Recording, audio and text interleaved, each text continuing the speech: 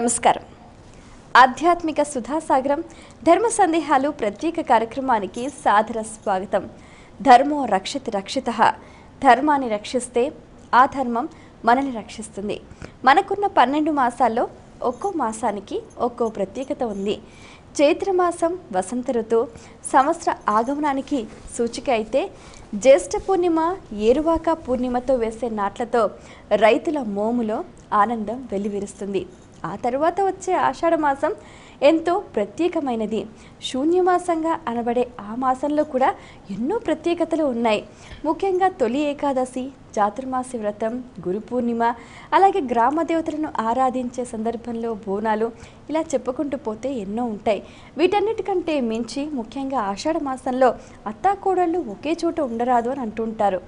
ఇలాంటి ఎన్నో సందేహాలను నివృత్తి చేసుకునే ప్రయత్నంలో ప్రేక్షకులు ఉత్తరాల ద్వారా ఈమెయిల్స్లో రాసి పంపించారు. వాటన్నిటికీ శాస్త్రీయ సమాధానాలు అందించడానికి మన ముందున్నారు ప్రముఖ ఆధ్యాత్మికవేత్త, మీ అందరికీ సుపరిచితులైన శ్రీ మల్లాప్రగడ శ్రీమన్నారాయణమూర్తి గారు. వారితో మాట్లాడి మరిన్ని విషయాలు వారి మాటలో తెలుసుకుందాం. ఈనాటి కార్యక్రమాన్ని ప్రారంభిద్దాం. నమస్కారం అండి. సర్వాభీష్ట సిద్ధిరస్తు. మొదటి ఉత్తరం చూద్దామండి. తప్పకుండా. వైజాగ్ నుంచి కళ్యాణి రాస్తున్నారు.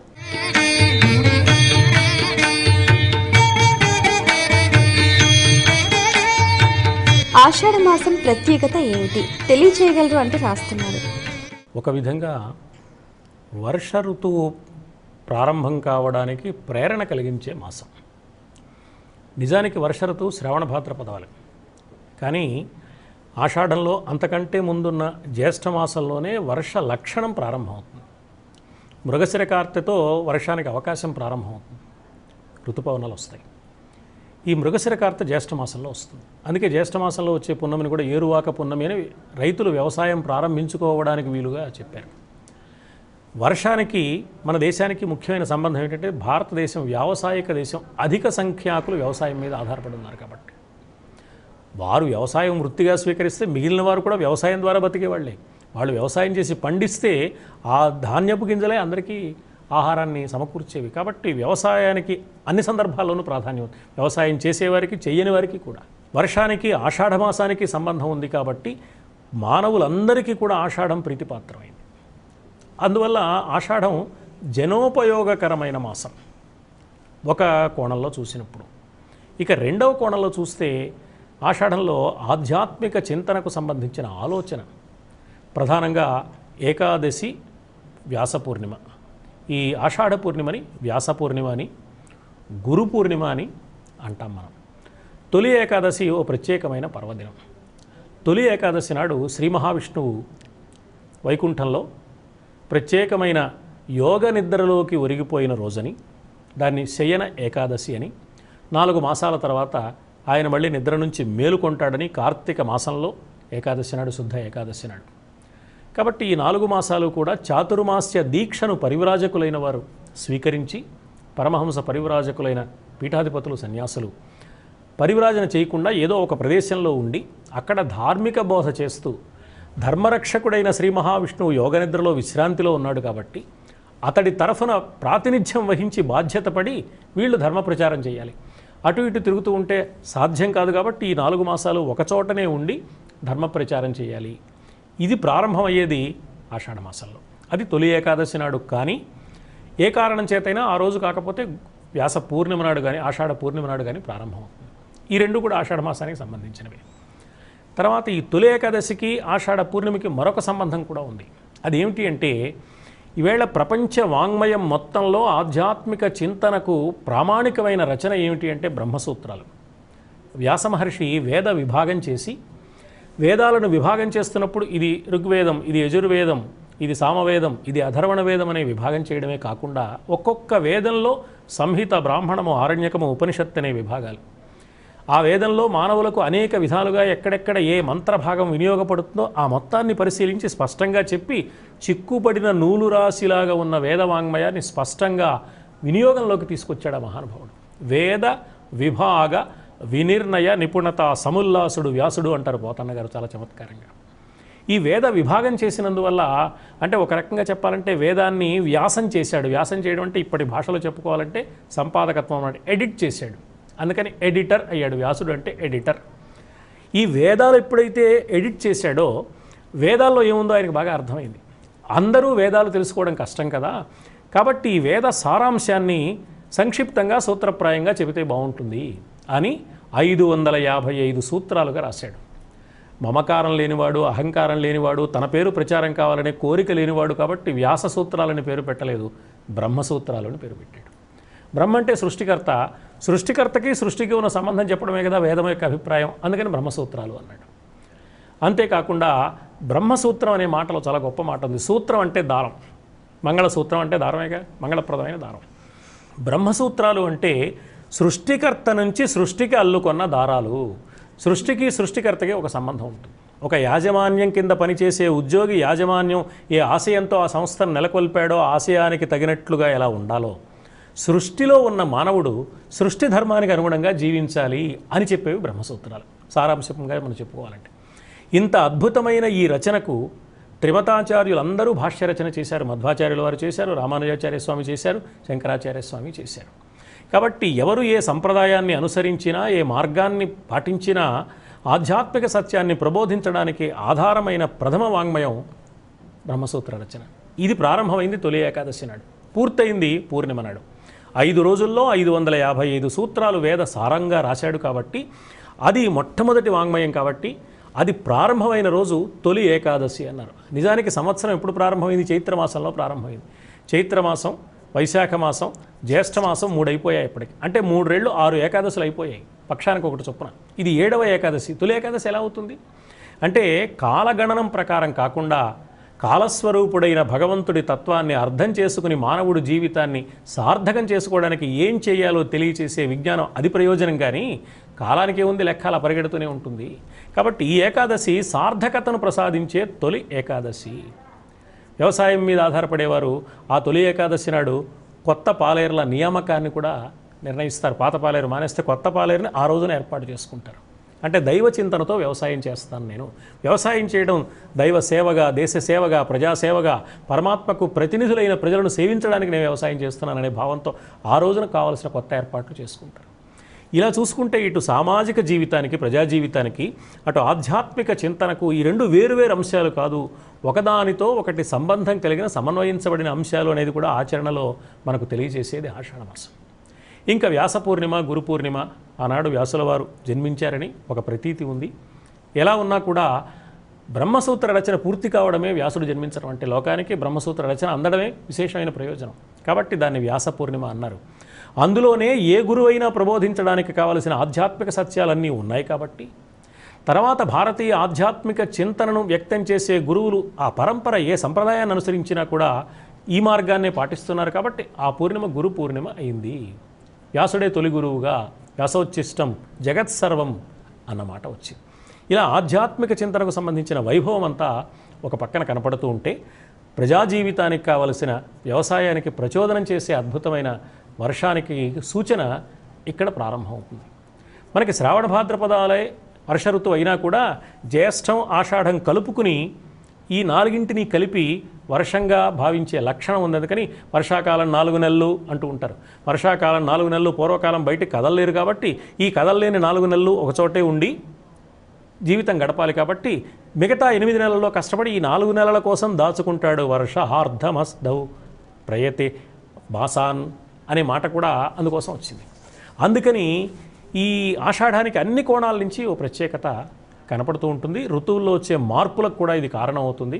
వర్ష ఋతువుల వాతావరణంలో వచ్చే మార్పులకి ఇది మూలం కాబట్టి ఆరోగ్యం విషయంలో కూడా మనం జాగ్రత్త తీసుకోవాలనే హెచ్చరికను కూడా ఆషాఢమాసం మనకు తెలియజేస్తుంది. ఇలా భౌతిక జీవితానికి, సామాజిక జీవితానికి, ఆధ్యాత్మిక జీవితానికి కావలసిన చక్కని సమన్వయాత్మకమైన ప్రబోధాన్ని ఇచ్చే అద్భుతమైన మాసంగా ఆషాఢమాసాన్ని మనం గమనించవచ్చు. మరి ఉత్తరంలో వారి సందేహం చూద్దామండి. అలాగే రాజమండ్రి నుంచి కవిత రాస్తున్నారు.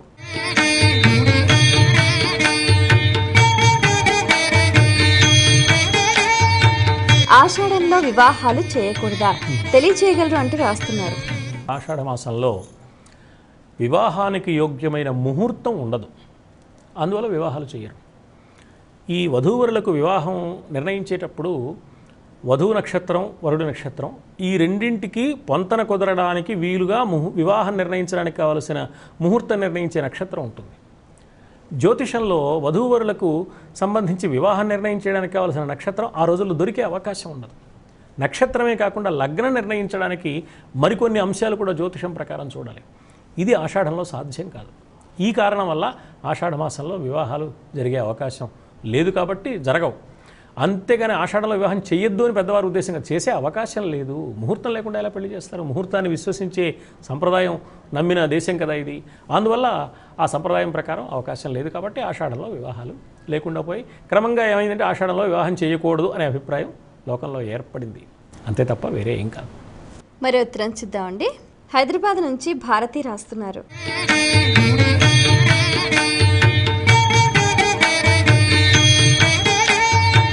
ఆషాఢంలో అత్తాకోడళ్ళు ఒకే ఇంట ఎందుకు ఉండకూడదు? అత్తాకోడళ్ళు అంటే ఆ సంవత్సరంలోనే వివాహమైన కోడలు ఆమె అత్తగారు అనమాట. అంటే వివాహమైన మొదటి సంవత్సరం ఆ కోడలు అత్తగారు ఉన్న ఇంట్లోనే ఇద్దరు ఒకే గడప దాటకూడదు, అంటే ఒకే ఇంట్లో ఉండకూడదు. దీనిలో చాలా చాలా ఉద్దేశాలు కలిపి పెద్దవాళ్ళు చెప్పారు. పూర్వం ఉమ్మడి కుటుంబాలు ఉండేవి. ఉమ్మడి కుటుంబాలు ఉన్నప్పుడు అత్తగారి కోడలు కలిసి ఉండడం అంటే భర్తతో కలిసి ఉండడం అనమాట. అత్తగారు ఉన్న ఇంట్లో ఉండకూడదు అంటే భర్త ఉన్న ఇంట్లో ఉండకూడదు, అంటే పుట్టింటికి వెళ్ళాలన్నమాట. ఎందుకు ఇది పెట్టారు అంటే ఏ వైశాఖ మాసంలోనో చైత్ర మాసంలోనో పెళ్ళయింది. పెళ్ళైన తర్వాత కొద్ది రోజులకి ఇంకా పూర్తిగా అత్తవారింట్లో అలవాటు పడకుండా పుట్టింటి వాళ్ళ మీద మమకారం మిగిలి ఉంటుంది కదా. అందుకని కొన్నాళ్ళు కాస్త మళ్ళీ పుట్టింటికి వెళ్ళి అందరినీ చూసేస్తే ఆమెకు హాయిగా ఉంటుంది మనస్సుకి. ఇది ఆమె మనస్సును దృష్టిలో పెట్టుకుని చేసిన మాట. ఈవేళ ఆధునిక యుగంలో ఆశ్రమ కళాశాలల్లో, పాఠశాలల్లో హోమ్సిక్ హాలిడేస్ అని ఇస్తున్నారు. ఎందుకు అంటే చేరగానే రేపటి నుంచే నువ్వు ఇందులో ఉండాలి అనకంటే కొంచెం విశ్రాంతి, కాస్త ఒక్కసారి ఇంటికి వెళ్ళి మళ్ళీ అమ్మని నాన్నని చూస్తే పిల్లవాడికి ఎలా బాగుంటుందో ఒక్కసారి పుట్టినింటికి వెళ్ళొస్తే ఆమెకు బాగుంటుంది. ఈ కారణంగా ఇది ఏర్పాటు చేశారు. ఇది ఒక అంశం. ఇంకా రెండో అంశం ఏమిటంటే చైత్రంలోనో వైశాఖంలోనో వివాహం జరిగితే కాపురానికి వచ్చిన కొద్ది రోజులకి ఆషాఢం వస్తుంది. కాబట్టి ఆషాఢంలో భార్యాభర్తలు ఒకచోట లేకుండా ఉండడం వల్ల మండు వేసవిలో ప్రసవం కలిగే ప్రమాదం తప్పుతుంది. కాలగణన లెక్క వేసుకుంటే ఇక్కడి నుంచి 6 + 3 9 నెలలు వేసుకుంటే సరిగ్గా చైత్ర మాసం ప్రారంభం నాటికి వైశాఖ మాసం మండు టెండలు వచ్చే వేళకు పుత్రోదయం అయ్యే ఇబ్బంది ఉంటుంది. మండు వేసవిలో పురుడు పోసుకోవడం కొంచెం ఇబ్బందికరమైన ఆ రోజుల్లో ఏర్పడ్డ విధానం ఇది. ఈ రెండింటితో పాటు మరొక అంశం కూడా ఇందులో ముడిపడి ఉన్నది. అదేమిటి అంటే ఒక చోట పెరిగింది, ఓ పుట్టింట్లో కొన్ని పద్ధతుల ప్రకారం కొత్తగా ఒక ఇంట్లోకి వచ్చిన ఈమెకి ఏమనిపిస్తుందంటే నేను ఇంకా అలవాటు పడాలి కదా ఇక్కడ పద్ధతులకి, ఈ పద్ధతులు అనేవి నాకు కొంచెం విచిత్రంగా ఉన్నాయి, విడ్డూరంగా ఉన్నాయి, ఇవి ఇలా కాకుండా మా ఇంట్లో ఉన్నట్టుగా ఉంటే బాగుండని అమ్మాయికి అనిపించవచ్చు, తప్పేం లేదు. అత్తగారికి ఏమనిపిస్తుంది, మా ఇంటికి వచ్చిన తర్వాత మా పద్ధతి పాటించాలి కదా అని అత్తగారికి అనిపిస్తుంది. ఎప్పుడైతే ఇది ఒక నెల 2 నెలలు గడిచిందో మొదటి పరిచయంలో పెళ్ళైన కొత్తల్లో ఈ విషయాలు రావు, నెమ్మదిగా వస్తాయి.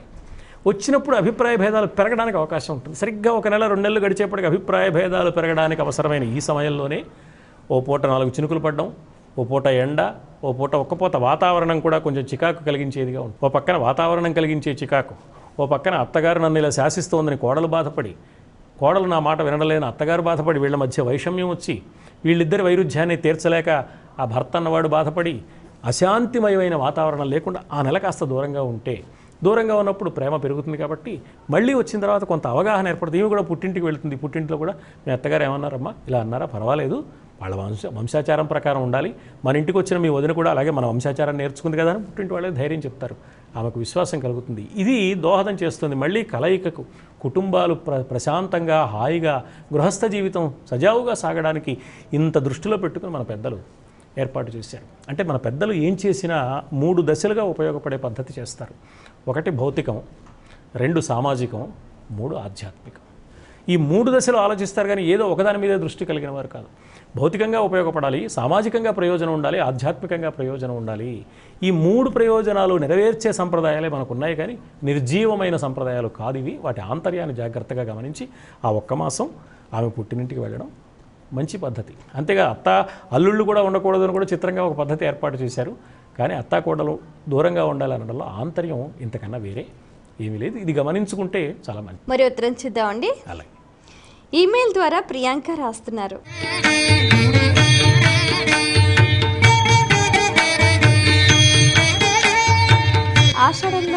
గోరింటాకు పెట్టుకోవాలంటారు. ఎందుకు తెలియజేయగలరు అంటూ రాస్తున్నారు. అప్పుడప్పుడు చినుకులు పడుతూ ఉంటాయి, వాతావరణం మారుతుంది. అప్పటి వరకు అతి తీవ్రమైన ఎండ వేడిమితో అల్లాడిపోయిన భూమి వర్షపు చినుకులు పడేప్పటికీ ఆవిరి పైకి లేస్తుంది. దీనివల్ల వాతావరణంలో ఒక విచిత్రమైన మార్పు వచ్చి రోగకారకమైన క్రిములు ఎక్కువగా ఉండే అవకాశం ఉంటుంది. వాతావరణంలో ఉంటాయి, అవి ముఖ్యంగా నీటిలో ఉంటాయి. మహిళలు ముఖ్యంగా నీటితో ఎక్కువ పనిచేస్తారు. వంట చేసినా ఏం చేసినా తరచుగా చేతికి నీరు తగిలే అవకాశం ఉంటుంది.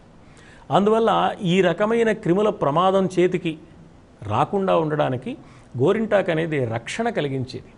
అలంకారంగా అందంగా కూడా ఉంటుంది. అందంతో పాటు ఆరోగ్య రక్షణను మేళవించి మన పెద్దలు చెప్పారు. ఆరోగ్యం కోసం పెట్టుకో అంటే ఆరోగ్యం కోసం ఇంకేదైనా చేయొచ్చు కదా అనిపిస్తుంది. అందానికి దోహదం చేస్తుంది కాబట్టి అందం మీద ఉన్న ఆసక్తితో తమకు తెలియకుండానే ఆరోగ్య రక్షణ కోసం ప్రయత్నం చేస్తారు. అందువల్ల గోరింటాకు సహజంగా మహిళలే పెట్టుకుంటారు. పురుషులు కూడా సరదాగా పెట్టుకోవచ్చు, అది వేరే సంగతి. కానీ మహిళల కోసం ఏర్పాటైంది. అది మహిళలకి ఎందుకు ఏర్పాటైంది అంటే ఇది ఆంతర్యం. ఈ ఆంతర్యాన్ని గమనిస్తే అప్పుడు వాతావరణంలో వచ్చే మార్పుల వల్ల ఆరోగ్య సంబంధమైన ఇబ్బందులు కలగకుండా రక్షణ కలిగించడం కోసం గోరింటాకు అనేదాన్ని మన పెద్దలు ఏర్పాటు చేశారు. ఇది ఏదో బలవంతంగా పెట్టుకోవాల్సి వచ్చిందిరా అని బాధపడకుండా అందంగా ముచ్చటగా చూడముచ్చటగా ఉంటుంది కాబట్టి ఆసక్తిగా ఆ పనులు చేస్తారు ఆడపిల్లలు. అది ఉపయోగపడుతుందనే దృష్టితో ఈ విధానాన్ని మన పెద్దలు ప్రవేశపెట్టారు. మరి ఉత్తరం చూద్దామండి. నెల్లూరు నుంచి శ్రీనివాస్ రాస్తున్నారు.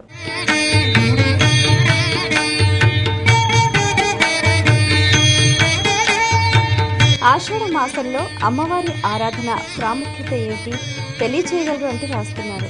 సాధారణంగా శ్రావణ మాసం ఒకటి, ఆశ్వయుజ మాసం ఒకటి దేవీ సంబంధమైన ఆరాధనకు ప్రధానంగా ఉద్దేశించబడ్డాయి. మహిళలకు సంబంధించిన నోములు మంగళగౌరి వ్రతం కానీ శ్రావణ శుక్రవారం వ్రతం కానీ శ్రావణ మాసంలో ఉంటే అమ్మవారిని ప్రత్యక్షంగా ఆశ్వయుజ మాసంలో ఆరాధించే దసరా పూజలు ప్రత్యేకంగా ఉన్నాయి, శక్తి ఆరాధన. కానీ ఈ ఆషాఢ మాసం ప్రత్యేకించి దేవీ ఆరాధనకు సంబంధించింది కాదు. కానీ ఈ ఆషాఢ మాసంలో గమనించవలసిన ముఖ్యమైన అంశం ఏమిటి అంటే, ఇంతకుముందు మనం అనుకున్నట్లుగా తొలి ఏకాదశి నాడు ప్రారంభించి ఏ బ్రహ్మసూత్ర రచన వ్యాసుడు వ్యాసపూర్ణిమ నాడు గురు పూర్ణిమ నాడు పూర్తి చేసి ఆ 5 రోజుల్లో అత్యద్భుతమైన ఆధ్యాత్మిక వాంగ్మయాన్ని లోకానికి అనుగ్రహించాడో అందులో ఉన్న తత్వం అంతా గురుతత్వం. ఆ గురువు అమ్మవారి రూపమే అనేది మన సంప్రదాయం. అమ్మవారికి గురుమూర్తి గురుమండల రూపిణి అని ఉంటుంది. ఎందుకు ఆ మాట వచ్చింది అని ఆలోచిస్తే అదేమిటండి దేవతలందరూ గురువులే కదా అనుకోవచ్చు. కాదు, తల్లి ప్రథమ గురువు ఏ బిడ్డకైనా సరే. కాబట్టి గురు పూర్ణిమ వచ్చే ఆషాఢమాసంలో అసలు గురువు ఎవరో ఆలోచిస్తే తల్లి మొదటి గురువు సుమా. ఈ సృష్టిలో ఎవరికైనా సరే తల్లే మొదటి గురువు. తల్లిని మించిన దైవం లేదు కాదు, తల్లిని మించిన గురువు కూడా లేడు. ఎందుకంటే ప్రపంచం మొత్తాన్ని బిడ్డకు పరిచయం చేసేది తల్లే, తండ్రితో సహా ఎవరినైనా. తల్లిని ఎవరు పరిచయం చేయక్కర్లా. ఏమీ తెలియని పిల్లవాడికి కూడా తల్లి పొత్తిళ్లలో ఉంటే హాయిగా ఉంటాడు. లేచి ఆమె కాస్త ఏదో పనిపాట్ల కోసం వెళ్ళగానే కెవ్వుని ఏడుస్తాడు. మళ్ళీ తల్లి వచ్చి ఇలా తాకితే తల్లి స్పర్శ తెలుస్తుంది. ఎవరు తాకినా ఏడుపు మానని బిడ్డ తల్లి ఇలా తాకగానే ఏడుపు మానేస్తాడు. తల్లిని ఎవరు పరిచయం చేయనక్కర్లా, తల్లి మిగతా ప్రపంచాన్ని పరిచయం చేస్తుంది. కాబట్టి ప్రపంచాన్ని పరిచయం చేయడం గురువు చేసే మొదటి పని కాబట్టి ఆమె ప్రథమ గురువు. ఈ ప్రథమ గురువు బిడ్డకు తల్లి ఎలాగో సమస్త సృష్టిని తన కన్నబిడ్డలుగా చూసే మాతృమూర్తి ఆమె గురుమూర్తి గురుమండల రూపిణి. కాబట్టి ఆ కోణంలో తల్లిని ఆరాధించి ఆమె ఏ మహత్తర ధర్మం కోసం ఆ రూపాన్ని ధరించిందో ఆ ధర్మాన్ని మనం ఆచరించడం అనుసరించడం ద్వారా ఆ దేవి ఉపాసన చెయ్యాలి అనే ఒక ప్రచోదనం కలిగితే ఈ ఆషాఢ మాసంలో కలిగిన ప్రచోదనం స్థిరమై శ్రావణంలో చక్కగా నోములు వ్రతాలు అమ్మవారి మీద మనస్సు లగ్నం చేసి మహిళలు చేస్తే ఆ సత్ఫలితం రావడానికి అవకాశం ఉంటుందనేది ఇందులో గమనించవలసిన విశేషం. మరో ఉత్తరం చూద్దామండి. ఈమెయిల్ ద్వారా క్రాంతి కుమార్ రాస్తున్నారు.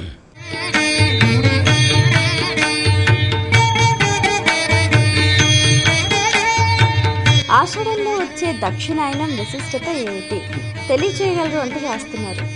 సంవత్సర కాలాన్ని 2 అయనములుగా చెప్పారు. అయనము అంటే మార్గము ప్రయాణము అని అర్థం అనమాట. ఉత్తర అయనం అంటే ఉత్తరం వైపుగా చేసే ప్రయాణం, దక్షిణ అయనం అంటే దక్షిణం వైపుగా చేసే ప్రయాణం. సూర్యుడు ఉత్తరం వైపుగా చేసే ప్రయాణం ప్రారంభిస్తే ఉత్తరాయణం, అక్కడి నుంచి దక్షిణం వైపుగా ప్రయాణం చేయడం ప్రారంభిస్తే దక్షిణాయనం అన్నారు. ఈ దక్షిణాయనంలో జరిగేది ఏమిటంటే సూర్యుడు దక్షిణాభిముఖంగా ప్రయాణం మొదలు పెడతాడు. ఈ దక్షిణ దిక్కు పితృదేవతలకు సంబంధించింది, ఉత్తర దిక్కు దేవతలకు సంబంధించింది, దక్షిణ దిక్కు పితృదేవతలకు సంబంధించింది. కాబట్టి పితృదేవత సంబంధమైన విధులు కార్యకలాపాలు బాగా నిర్వహించాలి అని దక్షిణాయనం మనకు తెలియచేస్తుంది. అందువల్ల దక్షిణాయనంలో ఉపనయనం ఉండదు, ఉత్తరాయణంలో ఉంటుంది. కానీ అందువల్ల దక్షిణాయనం పితృదేవతా సంబంధమైంది, ఉత్తరాయణం దేవతా సంబంధమైంది. పితృదేవతలు కూడా చాలా ముఖ్యమైన వారు. దేవతల తర్వాత పితృదేవతలే ముఖ్యంగా చెప్పదగిన వారు. నిజం చెప్పాలి అంటే అసలు తల్లిదండ్రులే దేవతలు, వాళ్ళని మించిన దేవతలు ఎవరున్నారు? దేవతల కంటే కూడా ముఖ్యమైన వారు. కాబట్టి పితృదేవతల్ని మనం జ్ఞప్తికి తెచ్చుకుని పితృదేవతలకు కావలసిన విశేషాలన్నీ చేయడం. అందువల్ల ఈ దక్షిణాయనంలోనే మహాలయ అమావాస్య, మహాలయ పక్షం వస్తుంది. ఆ పక్షంలో తప్పకుండా ఆ పితృదేవతలు ఏ తిథి నాడు మరణించారో వారికి సంబంధించిన శ్రాద్ధ విధులు నిర్వహించమని, అంటే పితృదేవతలను జ్ఞప్తికి తెచ్చుకుని వారు ఏ ధర్మం కోసం బ్రతికారో ఆ ధర్మాన్ని వీరు కూడా పాటించాలి అని తెలియచేసేది దక్షిణాయనం. దక్షిణాయనం నుంచి సూర్యుడు దక్షిణాభిముఖంగా ప్రయాణిస్తున్నాడు అంటే ఉత్తరం వైపు నుంచి దక్షిణానికి వచ్చి దక్షిణం నుంచి మళ్ళీ ఉత్తరానికి రావడానికి కొంత సమయం పడుతుంది. కాబట్టి దక్షిణాభిముఖంగా చేసే ఈ ప్రయాణం నిరంతరము పితృదేవతలను జ్ఞాపకం చేస్తుంది. ఏ మానవుడైనా దక్షిణ దిక్కుకు అధిపతి అయిన యముడి దగ్గరికి వెళ్ళవలసిన వాడే. కాబట్టి ఈ సత్యాన్ని గమనించి అనివార్యమైన ఈ ప్రయాణం చేసే లోపల పాటించవలసిన ధర్మాన్ని మరచిపోకుండా నేను పాటిస్తాను, నా పెద్దలు ఏ ధర్మాన్ని అనుసరించారో ఆ ధర్మానికి నేను వారసుడుగా నా జీవితాన్ని చరితార్థం చేసుకుంటాననే ఒక దృఢమైన విశ్వాసాన్ని పొందడానికి చక్కని ప్రచోదనం కలిగించేది ఈ దక్షిణాయనం ప్రారంభం. అది ఆషాఢమాసంలో రావడం ఒక గొప్ప విశేషంగా మన పెద్దలు తెలియజేశారు. చాలా సంతోషం అండి. మీ అమూల్యమైన సమయాన్ని కేటాయించి మా ప్రేక్షకుల ధర్మ సందేహాలకు శాస్త్రీయ సమాధానాలు అందించినందుకు ధన్యవాదాలు. మంచిదమ్మా. వీక్షించారు కదండి, ఇది ఇవాళ మన ప్రత్యేక ధర్మ సందేహాలు కార్యక్రమం. మీకు కూడా ఇంకా ఏమైనా సందేహాలు కలిగితే కూడా మా ఈ కార్యక్రమానికి రాసి పంపించండి. మా చిరునామా ధర్మ సందేహాలు, కేర్ ఆఫ్ భక్తి TV, road number 92, Jubilee hills, Hyderabad 5,96,000. మా ఇమెయిల్ ఐడి bhaktihvd@gmail.com. మరో కార్యక్రమంలో మళ్ళీ కలుసుకుందాం. అంతవరకు సెలవు. నమస్కారం.